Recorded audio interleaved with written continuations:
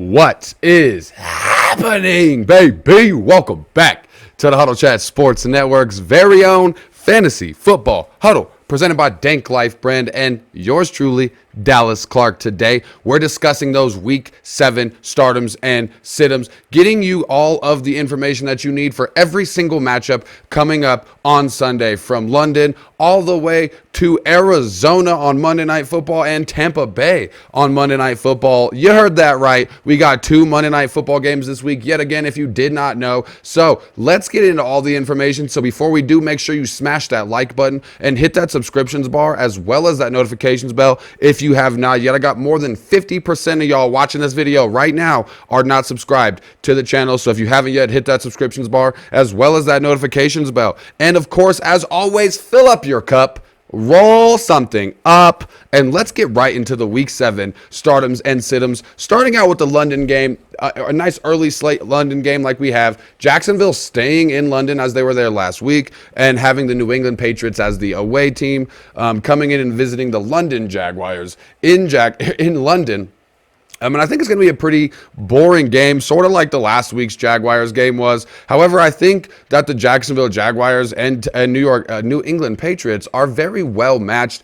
So I think it could be a decent scoring game. It all really depends on how the offenses are moving, because both of the defenses are terrible. But I'm starting Brian Thomas Jr. He's leading the team in all relevant passing categories right now. And on the other side of the ball, I think what Brian Thomas Jr. is trying to get done with the Jacksonville Jaguars, the New England Patriots are trying to do the same thing with Demario Douglas. So if Demario Douglas is healthy, I think he earns definite sleeper appeal for you this week. He's got the team most targets. He's got a 30% target share, and you're looking at the Jacksonville Jaguars letting up the number 2 most points per game to the wide receiver position. So Demario Douglas could have an absolute game this week. But other than that, there's really not much that you don't already know about.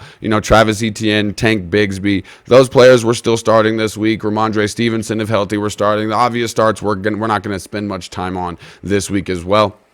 Moving on to those early slates, that 1 o'clock Eastern Standard Time and 11 o'clock Mountain Standard Time time slot that we have going on here. We're going to be starting out with Detroit versus the Vikings. I'm starting Jameson Williams. I know Jameson Williams, I just talked about the other day. He's only got 16 catches through the first 5 games, but he's got a very safe floor, and he's got extremely high upside in this matchup. Minnesota is allowing the most points per game to the wide receiver positions thus far this year. So I think Jameson Williams is bound to have a game this week.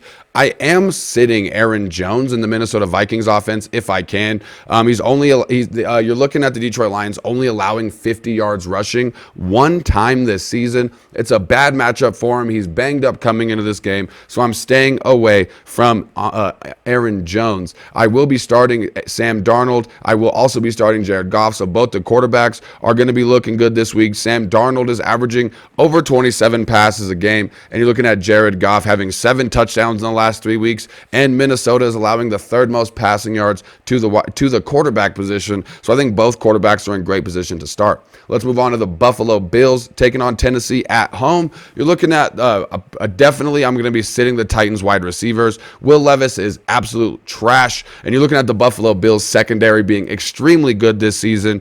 So it's a bad matchup for Titans wide receivers. They've got spotty quarterback play at best, but that does lead me to start Tony Pollard. They're going to have to lean on Tony Pollard. They stand any chance of not getting absolutely embarrassed this weekend. You're looking at Tony Pollard having 19 or more touches in 4 of the 5 games, and Buffalo has allowed the 2nd most points per game to the running back position. So I think Tony Pollard is in a great position to have a fantastic game. Other than that, I think we're starting pretty much everybody in Buffalo that you can name. So keep those all in your lineups there. Moving on to Miami versus Indianapolis, we're sitting Anthony Richardson. You're looking at the Colts throwing about half as many passes with Anthony Richardson as they do with Joe Flacco. You're also looking at Miami allowing the fewest points per game this season to the quarterback position. They've had no quarterback go over 10 yards rushing, and Josh Allen was only able to put up 10 fantasy points. So this is just not the week for Anthony Richardson to have an explosion. You're looking at Jonathan Taylor being out, and Trey Sermon also being banged up. So Tyler Goodson, if you're able to pick him up, is going to be a decent start for you this week. I'm also going to be downgrading Indianapolis wide receivers in this good matchup. You're looking at the Miami Dolphins defense being really good against wide receivers this season. On the other side of the ball, I'm definitely staying with Jonnu Smith, Tyreek Hill, Devon A-Chain if he plays, and I'm upgrading Raheem Mostert as well into a flex appeal type player. So keep your mind on that Miami-Indianapolis game. Next game in the morning slate we're going to be talking about is going to be Seattle versus Atlanta, which could turn out to be one of the most interesting games. Both teams find themselves in positions where they have to throw, where they have to come back and score a lot of points, and both teams have allowed quite a few matchups where they've allowed quite a few points this season. I am looking at Darnell Mooney. He's been a big factor for the Atlanta Falcons, and I'm keeping him in my lineup. Kirk Cousins loves throwing it to him, and Seattle has allowed 4 top 20 wide receivers in the last 3 weeks. I'm starting Geno Smith as well. He leads the league in yards and attempts right now, staying with Kirk Cousins. Kyle Pitts, obviously, if you have a better option, take it over Kyle Pitts, but Kyle Pitts should get some involvement in this game, but he's pretty much touchdown dependent. If you don't see that score from Kyle Pitts, you're going to be disappointed yet again. You're also going to be looking at DK Metcalf earning starting appeal. Jackson Smith and Jigba, I'd rather wait a week. You have to have a better option out there than you do with Jackson Smith and Jigba, but you're looking at this game being potentially very lucrative for you in fantasy football, so I'm definitely wanting to get a piece of this game if I can. Next matchup on the slate is going to be Houston traveling to Green Bay to take on the Cheeseheads in their white cheddar uniforms, I believe, for the first time this week. I'm starting Tank Dell with Nico Collins being out. He had a 30% target share in week 6 without Nico Collins being there. Green Bay allows 15 or more fantasy points to 7 wide receivers so far this season, and you're also looking at them allowing a lot of opportunity to the slot where Tank Dell has a lot of playing time in as well. I'm tempering expectations on Josh Jacobs if I can. This game may turn into a shootout, and you're looking at Houston allowing the 8th fewest points per game to running back, so game script might just keep Josh Jacobs uninvolved in this game, and he may be fairly touchdown dependent. Moving on to the Battle of Ohio, we're talking about Cincinnati versus Cleveland. I'm playing Cincinnati's defense 100% of the time in this matchup. You're looking at me pretty much sitting every single Cleveland Brown player that's not named David Njoku. I think David Njoku definitely benefits from Amari Cooper's exit. However, how much does he benefit? How valuable are those targets, those dump-offs that he's going to get a lot of from Deshaun Watson, because the offensive line is absolute putrid mess in Cleveland right now. I think Cincinnati should go absolutely crazy. T. Higgins, Jamar Chase could have some of their biggest games this season. Joe Burrow, keep him in your lineup. Everything's looking all wheels up off the ground for the Cleveland offense and defense, or Cincinnati offense and defense.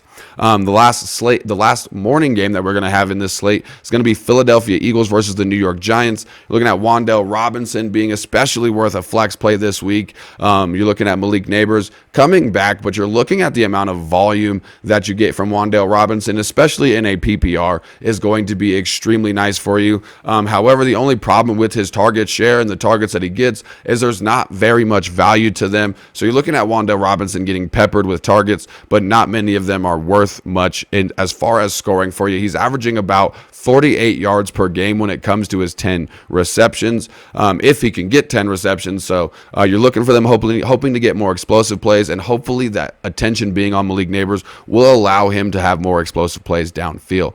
I'm also looking at Tyrone Tracy. He's been a big receiver threat as well out of the backfield.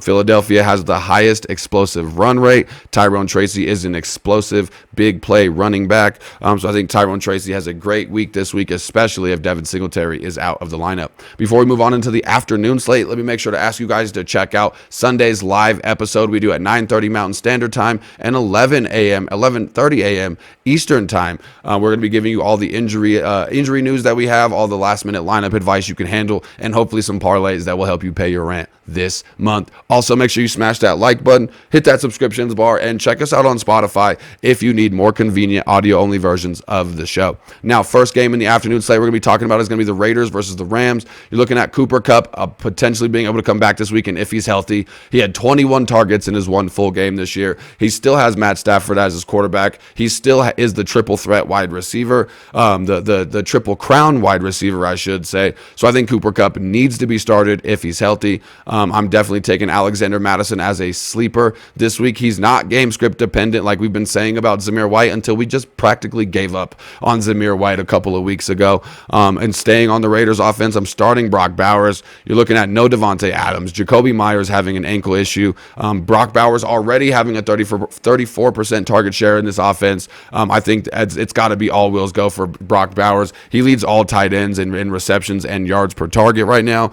So I definitely think Brock Bowers has to be in your starting lineup, and there should not be another better option than Brock Bowers this week. I think he's the number one tight end going into week 7.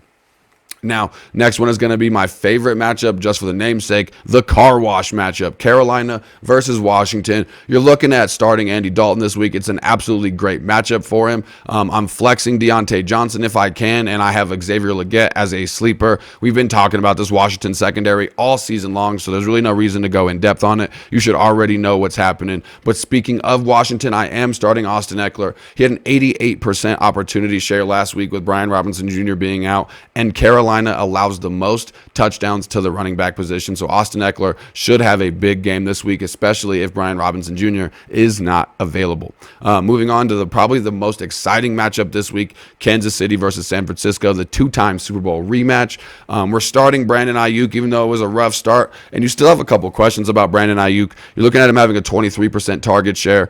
He beats man coverage at an extremely high rate, and you're looking at the Kansas City Chiefs running in man coverage more than anybody in the NFL. I'm also going to be starting Xavier Worthy. There's no Rashee Rice. Juju Smith, who kind of started to step back up last week, is a late addition to the injury report with a hamstring. So you're looking at Xavier Worthy being worthy of flex position this week. Now, before we get into Sunday Night Football, I yet again want to make sure to ask you guys, if you have not yet, drop in the comments below. Let me know if you have any questions about this week's lineups, about this week's matchups, and I'll try to get to them on the live episode tomorrow morning. Now, moving on into Sunday Night Football, you're looking at the New York Jets versus the Pittsburgh Steelers. We're going to be starting Devontae Adams. He's got chemistry with Aaron Rodgers, and I bet you there's going to be secret plays that Garrett Wilson doesn't even know that Aaron Rodgers is going to have with Devontae Adams. But I'm also starting Garrett Wilson. You're looking at him having the ability now to move into the slot. You're looking at the Pittsburgh Steelers being susceptible to slot wide receivers, and I think this actually might benefit Garrett Wilson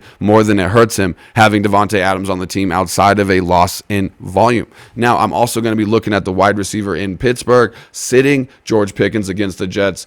This New York Jets secondary has allowed the fewest points per game to wide receiver, and George Pickens is not the guy to really start breaking that trend. So I definitely think that George Pickens does not need to be started. You got to keep Najee Harris in your lineup. I wouldn't really start Russell Wilson at all in this matchup, but you're looking at the Jets in yet another primetime game this season. Who else is absolutely fucking sick of seeing the New York Jets play in primetime? Because I am. Moving on to the next primetime games, and this will be Monday's matchups. We're looking at the Baltimore Ravens versus the Tampa Bay Buccaneers. We're starting Baker Mayfield. We're starting Lamar, obviously. But Baker Mayfield has been quarterback 7 or better in 5 of his last 6 games. You're looking at him being a top 5 quarterback this season, twice as many times as Patrick Mahomes has been since 2022. So for the last 3 years, Patrick Mahomes has not had as many top 5 performances as Baker Mayfield has had in the first 6 games of this season. I mean, at a certain point, you have to recognize real, and the stats are real. You're looking at both defenses allowing top 5 passing rate.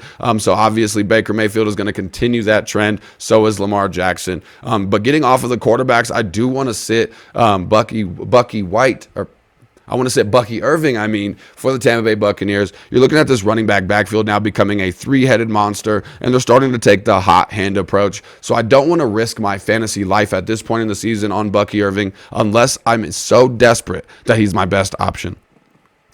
Moving on to the last game on the slate, it's going to be the Los Angeles Chargers versus the Arizona Cardinals. I guarantee you most of us, if you're not a Chargers or a Cardinals fan, are going to be tuning in to the other matchup, the Baltimore-Tampa Bay matchup. However, you're looking at this Los Angeles Chargers-Arizona Cardinals matchup. I'm starting Ladd McConkey. He's got a 25% target share. This offense is very run-heavy, but Arizona is allowing the 4th most points per game to slot wide receivers where Ladd McConkey plays. So Ladd McConkey should be having an absolute wild ride this weekend. I'm going to be staying away from Kyler Murray if I can afford it. He's been struggling to get over 215 yards. He has yet to throw more than one touchdown in a game this season. You're looking at the Chargers defense being decent, a little bit better than middle of the road against quarterbacks and against opposing wide receivers. Marvin Harrison Jr. might still be out this week after suffering that scary concussion.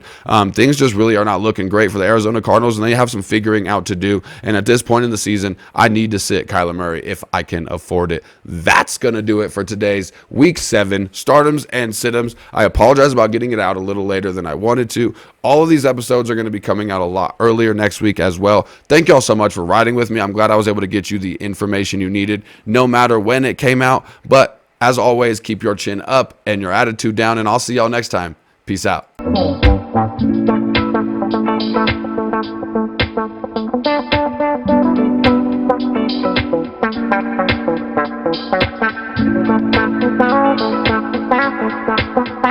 Bye.